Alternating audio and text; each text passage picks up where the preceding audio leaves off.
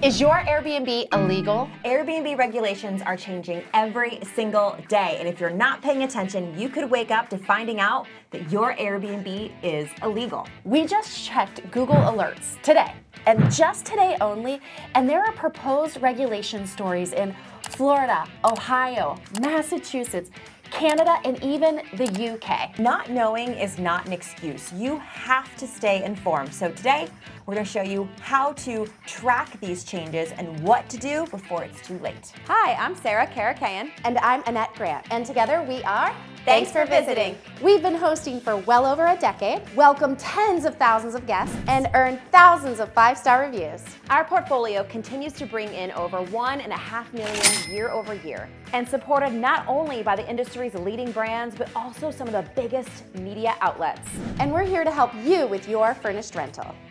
Let's dig into the reality of these short-term rental regulations. Regulations don't discriminate between big cities, vacation places, places that used to be STR friendly. And actually, let's go back to the whole vacation rental places. Vacation rental places, sometimes people think, oh, I'm safe because that's how we make our money here. Like historic destination cities. You better believe they're always, municipalities and local governments are always thinking of ways to make more money and appease constituents. Like it's just the reality of politics. So we have to keep focused and we have to understand that these things can always change. So keep a pulse on it. It's good to know different people in your local government, especially those that are both opposed to short-term rentals and those that are short-term rental friendly.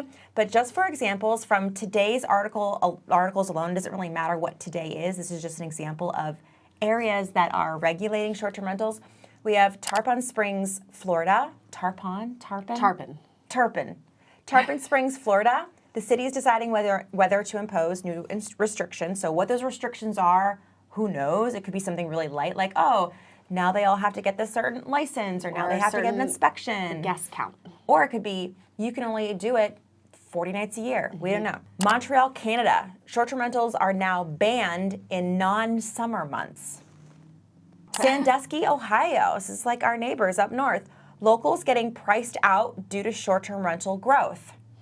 And the whole thing getting priced out, I'm not trying to say one thing or another, but that kind of information, you have to dig in because who's reporting that they're getting priced out? And if they are, what is the plan to bring affordable housing to the communities? And is that truly, going to change when short-term rentals are no longer allowed? Massachusetts, new zoning laws may make short-term rentals easier, showing that some changes to regulations are actually big opportunities for investors and people who love the short-term rental strategy. And we all know what happened in New York City in 2023. It's still happening, and I have to be honest, I really, truly did not think it was going to happen. I thought that Airbnb would put a ton of money behind it. I don't know. I thought it would be like a last-minute change where they would just flip the script and say, okay, it's fine. Maybe there's maybe tighten the restrictions, but those hosts woke up and the next day, they weren't listed anymore. I mean, it was a really huge impact. It still is having a huge impact. Actually, Sarah and myself just stayed in New York a couple months ago, and the prices, we actually stayed at a hotel for the event that we were going to, and the prices were extreme. And we went through and looked, and the hotels are winning there right now, for sure. So the message here is you need to know what's going on because it can happen anywhere at any time. Let me tell you a quick story, actually. I used to live in New York City. That is where I got my start with short-term rentals. I bought a house in Astoria, Queens, and lived in it for a while. I had my actor friends rent out the basement between gigs. We rented out. Airbnb came on the scene. It was 2010. And I was like, Nick, my husband, we should rent out this basement. Had a separate entrance. It had a separate entrance, had its own bathroom, but it really was like a hotel room because it didn't have its own kitchen, so I made a little kitchenette. Doesn't matter. Anyway, had great success there, and we wanted to do more of it. Did you even have to register at that point in time? No. Just literally throw it up on Airbnb. There was no price labs. There was no, I'm sure there were property management softwares, but none that were accessible to. But you didn't have to report it to any. I had to report to anybody. Okay. I don't even think the city knew that Airbnb was a thing. You had to report your money you're making. But you didn't Sure. have to tell anybody. Gotcha. Yeah. Okay. Right. No, that wasn't under the table. Anyway, I have a long history in hospitality, and my husband and I knew that we wanted to grow our wealth via real estate. And so this was so cool. Like, I got to create a beautiful space, welcome travelers. By the time we were done, and we did this about 4 years in New York City, we hosted people from like 50 countries. We counted it because we had Airbnb. They would tell you like all the different countries that booked with you. It was just such a cool experience. So we literally decided to change our entire lives and move to another place where short-term rentals were more affordable to invest in. Ended up in Columbus, Ohio. When I tell you, the month I moved here, Airbnb emailed us and was like, you need to show up to city council meetings because Columbus, Ohio is talking about essentially Strict regulations. like very strict regulations. On calendars. The calendar, I think it was going to be what? Less than 100 days. Yeah, which we equated to like, you could rent it out your home out on weekends. That's it. But Nick and I wanted to be full-time short-term rentals. Like that was going to be our livelihood. And to move your entire, I mean, it's just Nick and me and our dog, but still, to move uproot your whole life. I lived in New York City for like 16 years. Well, To Columbus, Ohio, I didn't know anybody. you bought actually 4 proproperties, like did. a multifamily. So it wasn't like it was one that you were going to live in again. It was 4. It was actually a multifamily with 4 different properties in it. And I'm not asking for anyone to feel bad for me. I'm just saying It could happen. it can happen. And so It did happen. I did show up. I met this one, and regulations were actually quite fair and good. It helped to weed out the bad operators that don't care about the guests or safety or community. So actually it ended up being good. But we showed up, we spoke up, and I am always like very aware that the career path I chose, the investment path I chose, Could change.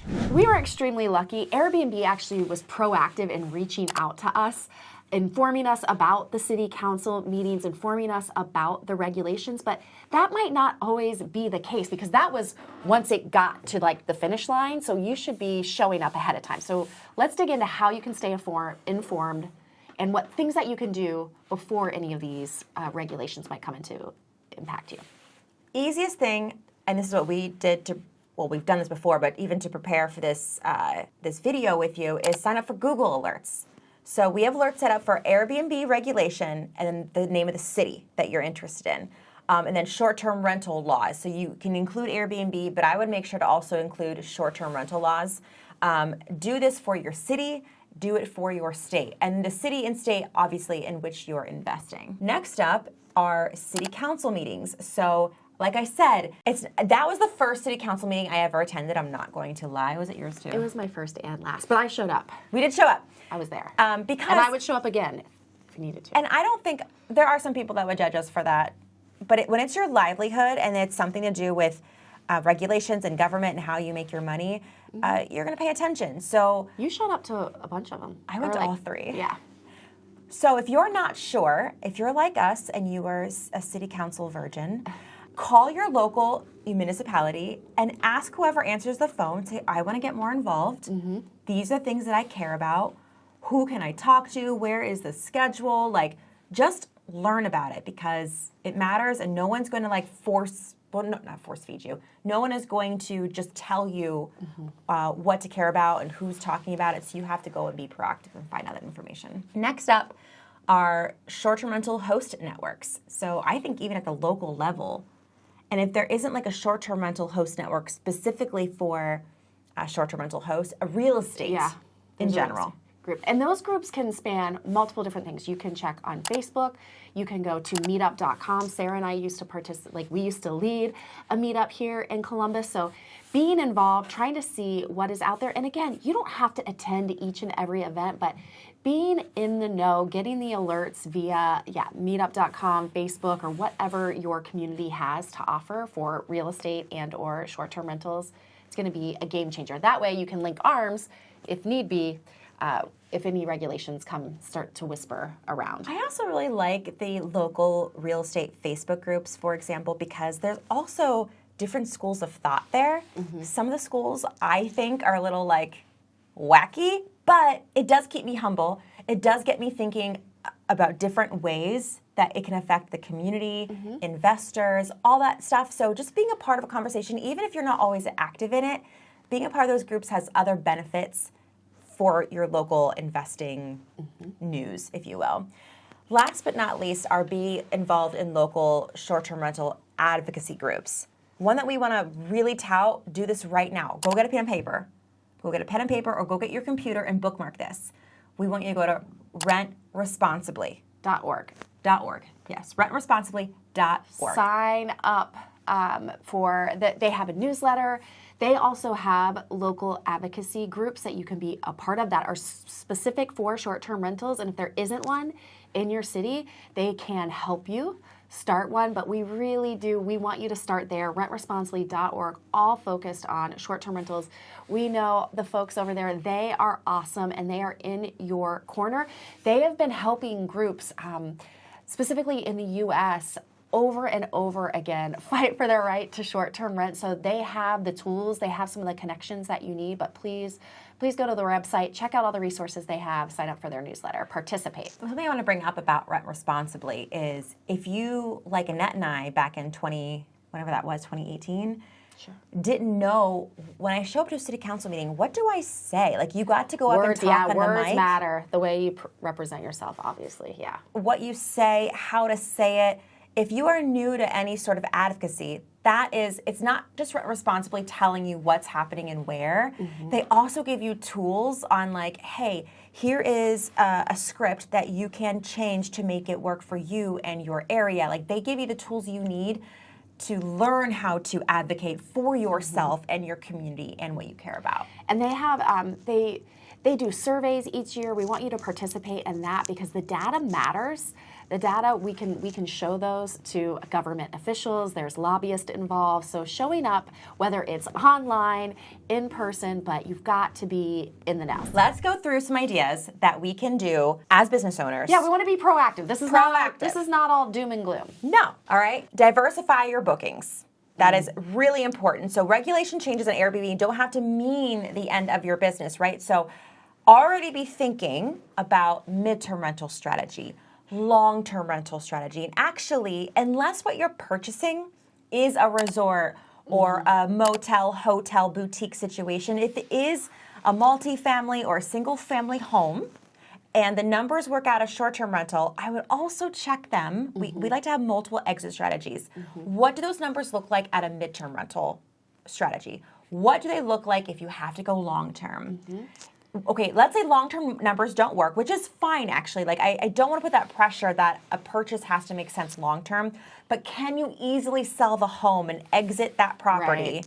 Because I know people who will take a weird property and make it a short-term rental, and then they either want to get out of it because it's not their jam or regulations change, and they can't sell it because it's just a unique property that it's cool to stay in on a short-term basis, but to sell it, it's very hard. That's why it's important when you're going in, before you even buy the property, understanding what the exit would look like if the whole entire city would just ban short-term rentals. Right.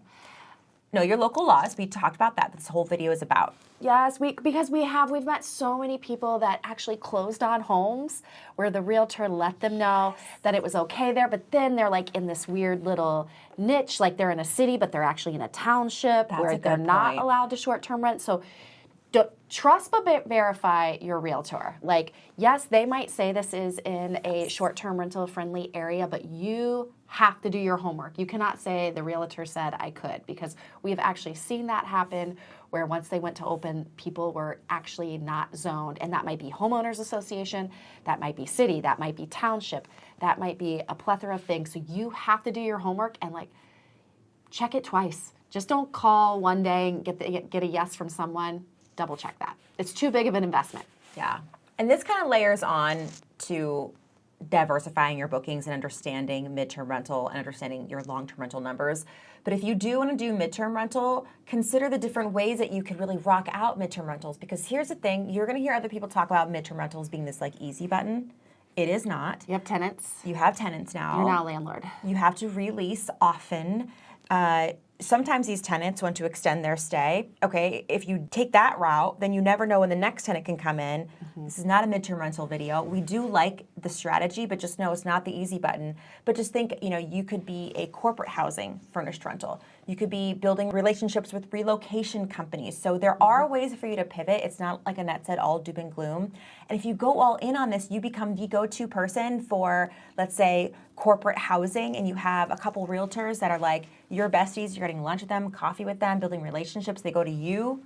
That's awesome, you know? So there are other strategies that you can do if short-term rentals are no longer allowed in your area. So this is not slowing down. It's not going to stop. You got to stay on top of it. Let us know in the comments, what are you doing to be proactive about regulations in your city? Share below, because that'll help all of us out on things that you are currently doing or have done and seen success in the past. And I'll tell you that just because regulations are a conversation that is not going to slow down, not all regulations are bad.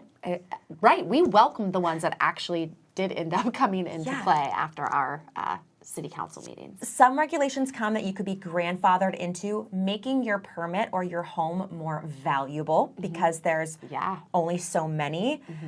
It's not all bad. Obviously, Annette and I are obviously bullish on this industry. I mean, it's all we do. It's all we talk about. It's our investment strategy. But we're also not naive to the fact that we have to be nimble. We have to be on top of it. We have to understand the way we chose to invest in real estate affects the community and our state. But also, we want to make sure that we are always great neighbors. We don't want to be the reason that regulations are up for conversation. So things like parties or illegal activity, you have to be involved in what's happening in the four walls of your property as much as you can. So go ahead, watch our video about the 11 ways to avoid parties in your Airbnb. And with that, I am Sarah Caracan. I'm Annette Grant, and together we are Thanks for visiting.